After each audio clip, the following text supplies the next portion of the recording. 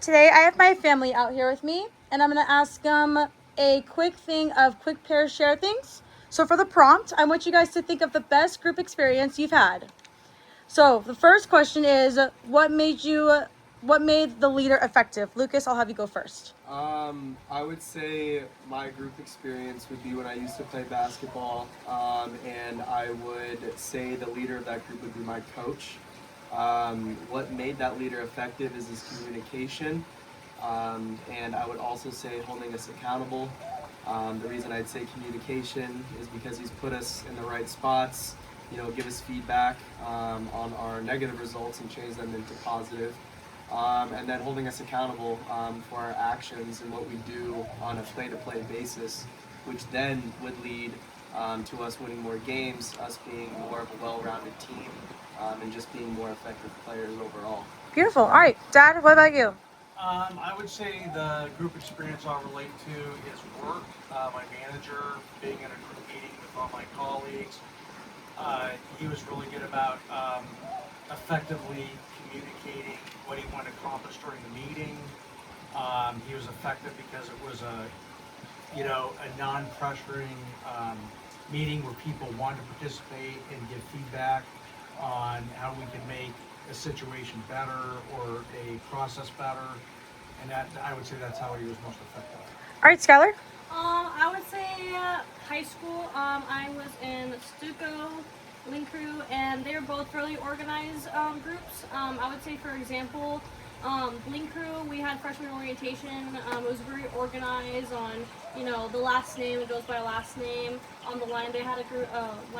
They had a group up in, and then for Stuco, I would say the events that we had planning, we would go through every step by way.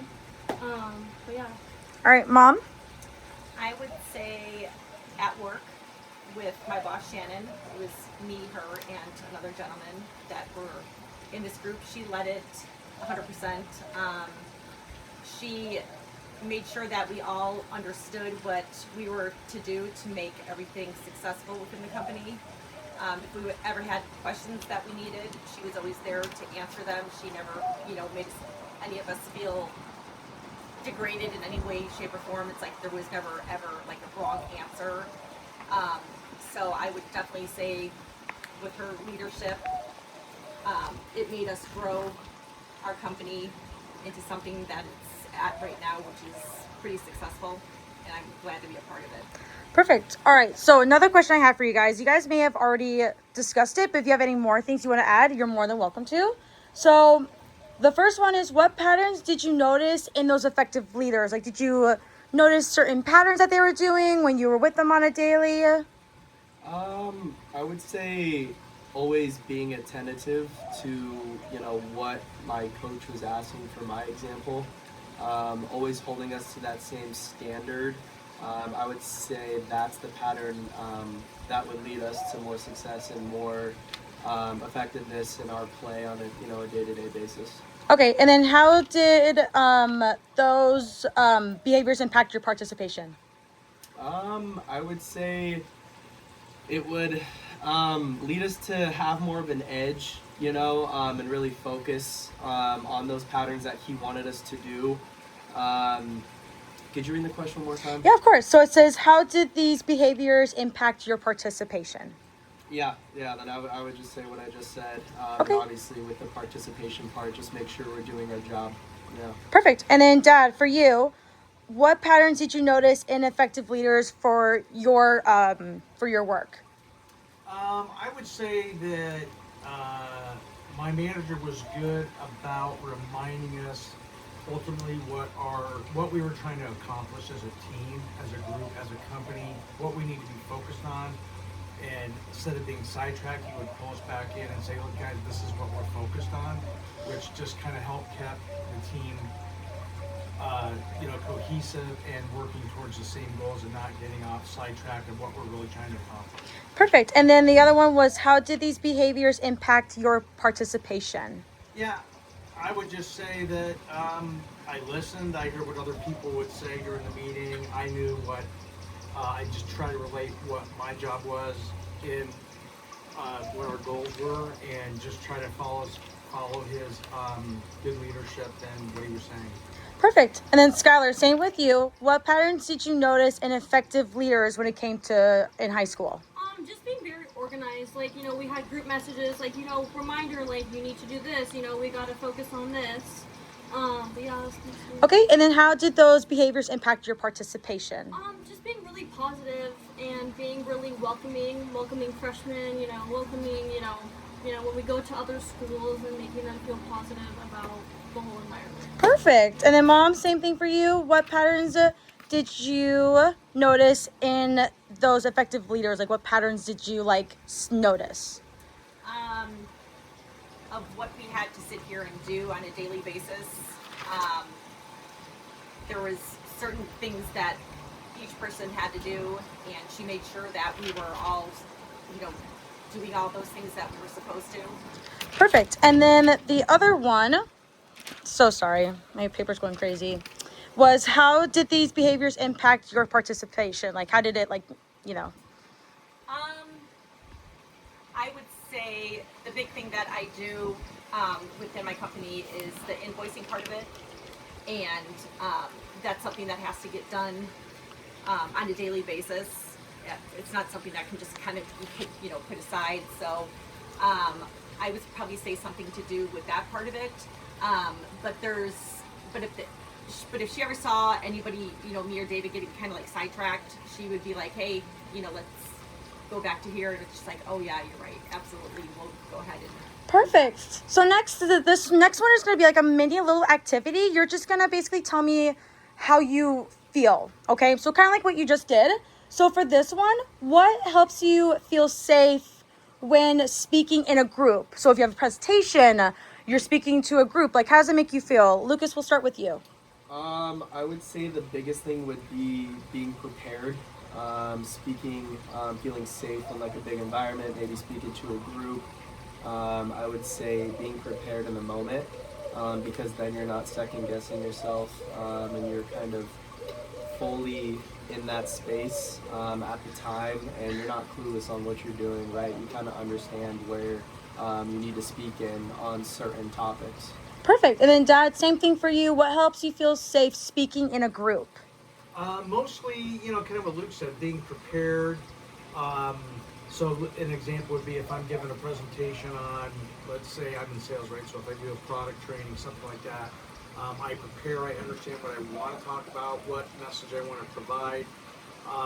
And then the other thing too really is the fact that I'm really an expert in my product category.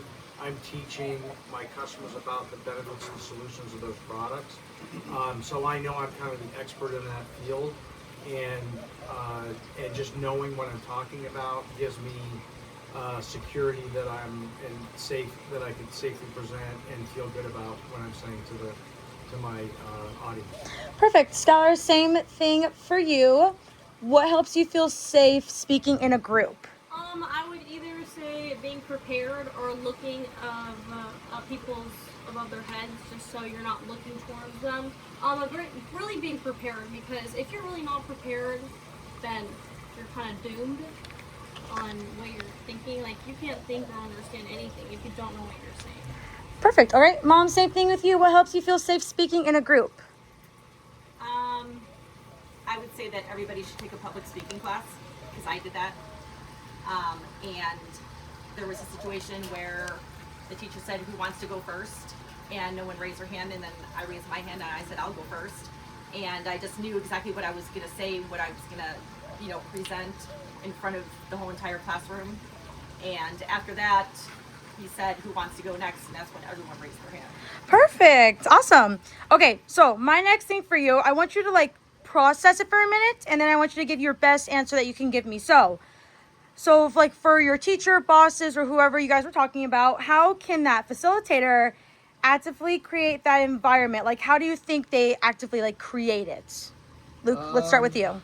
I would say, like I was saying before, communication. For them to create that environment, they need to lead by example. And if they lead by example, that kind of puts, in my situation, those players in a spot where they understand what they're doing, right? Because someone else is leading by example, he's telling us what to do, how to move.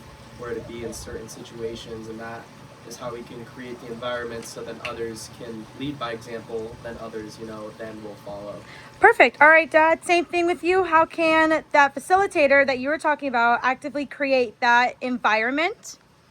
I would just say, for example, in our group meetings, my manager's really good about just defining to everybody what he wants to accomplish, what his message is, whether it's reviewing the manufacturers that we represent and the messages that he wants to make sure that we hear as a group, and then he goes forward with the meeting so it's very clear.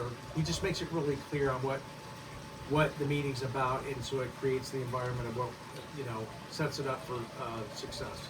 Perfect. All right, Scholar, same thing with you. How can that facilitator actively create that environment? Just, if we're in class time or anything, or we're doing this in class, just staying focused, and not getting sidetracked at all. Because if you don't stay focused, then we're not going to get anything done, and then it's going to be a whole mess in those two groups I was talking about. But yeah, if you don't know what you're doing and you're not staying focused, you're not staying organized and not communicating, then you're not going to know what you're going to do. Perfect. All right, Mom, same thing with you. How can that facilitator actively create that environment for you? Well, she was very good about understanding everything that we had to do. So her getting a better understanding of it gave us a better understanding when she would sit here and talk with us about, what needed to be done and that sort of thing. Perfect. All right. So anyone can answer this question. And I feel like this is like very meaningful. So what happens when that safety thing that you have is missing? What do you think will happen, or what do you think that does happen when that safety is missing when it comes to that group? Lucas, you can start. I would say when that safety is missing, people don't speak up. I would say, performance drops, and there's just all around confusion. People don't know what's going on. Then that'll lead to, other aspects of whatever situation you're in, whether that's, in my case, we're going to lose games because of it, because we're confused. There wasn't that first leader of communication that, led by example. Yeah, that's pretty much what I would say. Perfect. Dad, what happens when that safety for you is missing? If I don't have a grasp on what I want to communicate, or even if someone asks a question and it's a difficult question to answer, you're not going to effectively communicate. You're not going to effectively give the message that you want. But I would say preparing, if you're not prepared, it just makes it really difficult to really be effectively giving the message you want to leave behind or communicate to the group that you're talking to. Perfect. Awesome. All right, Skylar, same thing with you. What happens when that safety is missing for you? Well, the two groups that I was talking about is really about communicating, because if you're not communicating with anyone, then the whole thing is just going to crash down, and it's just going to be a whole mess with every organization that you're representing. Perfect. Mom, same with you. What happens when safety is missing for you? I would probably talk to the person, saying, I'm not really sure what's being said. Maybe we should go talk to somebody a little bit higher that might be able to sit here and explain it a little bit better, so then that way they can go ahead and prepare it for the rest of us to understand. Okay, perfect. All right, next is this is applying to what we just talked about. So for one of this, it says, what is one challenge you experienced in your groups that you have been in, and how could that facilitator address it? Luke, we'll start with you. I'd say one issue would be, we'll say, I'll give an example, like me and my teammates don't get along, and obviously that would affect our gameplay, our practices, and just, overall team bonding. And I would say the facilitator can address it by giving us ways to become closer, maybe find ways to work together as, a team on the court. Not necessarily trying to, improve our relationship off the court, but just getting us into a spot where we work together on the court, and just communicating with us those ways that, we can, improve on. You know what I'm saying? Perfect. Yeah. All right, Dad, same thing for you. What is one challenge you experience in your groups, and how could that facilitator address it? I think in group settings, what happens sometimes is, someone voices their concern and they get sidetracked. They can get sidetracked. You get off on a tangent, and that kind of takes the group down a different direction that we're really trying to accomplish. So they're focused on their one individual concern, and it's kind of something that the leader, to be effective there, they really need to bring the group back and say, okay, got it. We could maybe take that offline, but they really need to bring it back so we can kind of keep going the direction we're supposed to be going as a whole, because it can be frustrating as an individual in a group if that's happening. Perfect. Skylar, same thing for you. What is one challenge you experience in your groups, and how could that facilitator address it? Well, it can happen in both groups, but for example, in Stuco, if we didn't communicate with our top tier provider or anything, I think that it would just not be really good. But with Link Crew, if we didn't have anything organized, then it would just be really bad at the moment, and no one would know what to do, because if you're not communicating with anyone, then it would just not be so well. Perfect. Awesome. All right, Mom, same thing with you. What is one challenge you experience in groups, and how could that facilitator address it? I would say, I gotta think about this for a second. Can you repeat the question one more time? Of course. What is one challenge you experienced in those groups, and how could that facilitator address it? I would say if something wasn't getting done, that she would go ahead and, talk with the person, talk with the group, sitting here saying, this is kind of like what we're looking for, and just go ahead and just try to address it the best that everyone can. Perfect. All right. So this post-processing is going to be 2 of them. I want you to think, what strategies naturally emerged in your group? Lucas, we'll start with you. What strategies emerged in my group? I would say strategy of finding how everyone works as a team, finding out what type of personalities everyone has on the court, and then build that communication together, find different ways to group each other together so each personality can start working more as a team, rather than us just getting thrown out there as a team. We'll say first practice and we don't really know what we're doing, so we're just hoping that everyone knows what to do from the start. It's finding out what those personalities are and then combining them in one so everyone can work together. Perfect. And then for following with that, what would you do differently as a facilitator? Like, let's say you're the coach, how would you portray it? I would say, especially at the start, I would just find different ways to put the group together as much as I can. Try to find that chemistry in between everyone, see who's closer to who, and just be a facilitator, right? Just rule the team, rule what needs to be done, and figure out the best way to get everyone, in those same confluences. Perfect. All right, Dad, what strategies naturally emerge in your group for your work? I would say where you have really a way of working. So what'll happen is we may try to solve a problem in the group, and we come up with ways to solve or attack certain issues, solve problems so we can move forward. So really strategies about processes as a group. So it'll be individual people that'll be helping complement that, and we'll just come up with ways of solving problems or ways of working moving forward. Perfect. And then what would you do differently as a facilitator? Differently, just make sure the group is focused on what we're trying to accomplish as a group, and again, don't be distracted by one person's kind of going off on a tangent. Just make sure we're focused as a group to focus on the areas of need of the group. Perfect. All right, Skylar, same thing with you. What strategies naturally emerged in your group when it comes to school? Really team bonding, know, if we had pep assemblies, we would come as a group. So it would be like freshmen, sophomores, juniors, seniors. And then we would just think of coming up ideas, and then we would combine as a class and combine all of our ideas together. So, you know, just really communicating and also team bonding and knowing people's personalities and stuff. Perfect. And what would you do differently as that facilitator? I would think of a different strategy because I feel like every teacher thinks the same. But I would just think of another strategy for sure. Okay, perfect. Mom, same thing with you. What strategies naturally emerged in your group for work?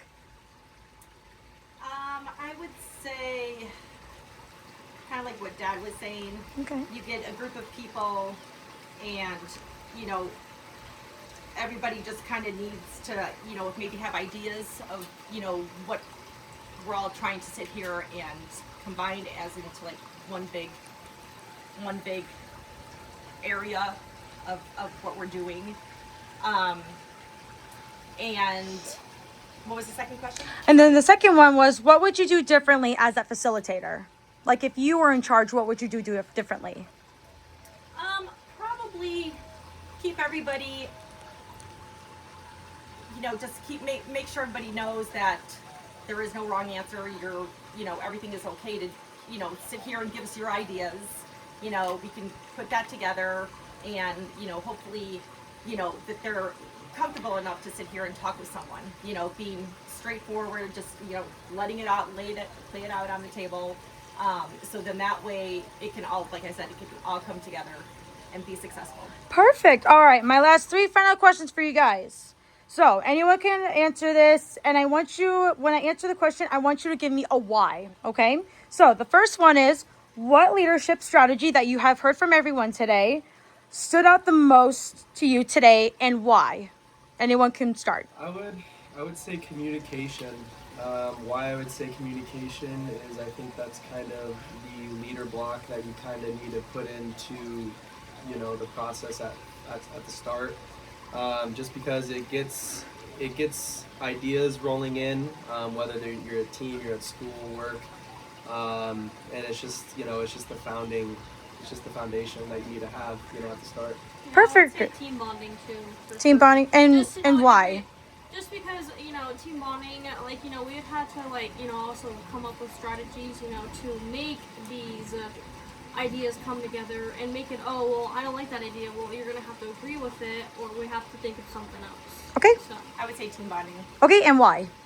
Well, because, you know, if you're in a team, you know, everybody needs to sit here and respect everybody, get along, get everybody's ideas of, you know what they're sitting here stating and stuff like that.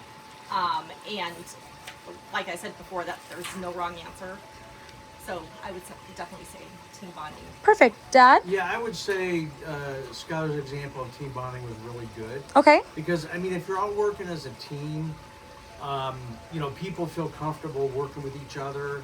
That we're getting along if you have a team that's well bonded. So I would say that's great. People want to work together, they want to help each other out. So I think that's a great example that she provided. Beautiful. All right. My second question. How did processing during the activity change your awareness? This is definitely kind of a tough question. I would just say the process of understanding exactly what's happening with each individual at, you know, a certain time, seeing where people's heads are at, will then give you a better understanding on how you can attack the situation and, you know, make your group kind of come together overall. Okay. Dad? Was the question around the activity of this group?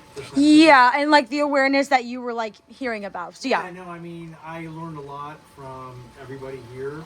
Okay. You know, we're family members, but I learned a lot about the way Skylar thinks and the way she sees activities, things I had never heard before. And same with Mom, and even Luke with his basketball. I mean, I was very well Luke's basketball career, but he talked about new things and how he perceived it when he was going through it. So it was fun and interesting to hear it. Perfect. Skylar? can you read the question? Absolutely. How did processing during the activity change your awareness? It changed my awareness. You know, Mom talking about her, you know, how her team, you know, how to work together. You know, not having the best answer. You know, you always have to try your best because that's the only thing you can do. to do that for other groups. Okay, perfect. And Mom, how did processing during the activity change your awareness? That Luke, you're a really good speaker. And that's why you always say we should take a communication class. Exactly. So, but you know, the things that you were saying, you know, were just fantastic, and you do this kind of like for a living. So you're really It's an everyday good at thing. it. Yeah. That everyone's answers were really, I mean, heck of a It lot was better a than fun, mine. it was a Yeah. fun experience. It was fun, more fun than I expected. Perfect. All right. Last but certainly not least, what will you take into your next group experience? Lucas? I would say starting a foundation on what we need to do to accomplish our goal, and set maybe a checklist on what needs to be done first, and kind of have it as a, have it divided, right? Like, what do we need to do first? What's our next step? What's our next step? Just kind of put it into a step-by-step plan so we're not confused and everyone's working kind of in the same realm of each other. Perfect. All right, Dad, what about you? Yeah, I think in the team bonding area, and then during a meeting communication, you know, it doesn't hurt to be part of the facilitating during a meeting versus just one person trying to wrangle a bunch of group together to try to get one cohesive message. It's good to participate and help the meeting move along as a group versus just one guy trying to keep it together. Perfect. Scholar, what about you? I would say the same thing with Dad. Participating, it really is a thing of team bonding. I mean, if you don't participate, then you can't really come up with ideas. I mean, Okay, and how would you take that into your next group experience? Like, how would you take what Dad said and how would you take it for yourself? that's a hard question. Do you want me to come back to Yeah, you? come back. Okay, Mom, go ahead and answer. What will you take into your next group experience from what you have here today? Probably the team bonding, organization, being organized, making sure that everyone's on the same page, and you know, just including everybody. Okay, perfect. Skylar? I would just say like, I don't know, just team bonding. I mean, participating in, group activities. Yeah. All right, perfect. Well, those are all my questions. Thank you guys so much for doing this. I appreciate it. Give her Thank an you. A. Thank you. Good job, Good Madison. activity.